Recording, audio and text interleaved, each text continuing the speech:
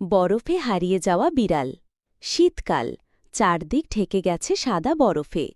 ছোট্ট শহরের এক কোণে থাকত রিহান আর তার প্রিয় বিড়ালটি। নাম তার মিনু। মিনু ছিল সাদা রঙের, একেবারে বরফের মতো। তাই রিহান তাকে আদর করে বরফে বিড়াল বলত। একদিন সকালে রিহান ঘুম থেকে উঠে দেখে মিনু নেই।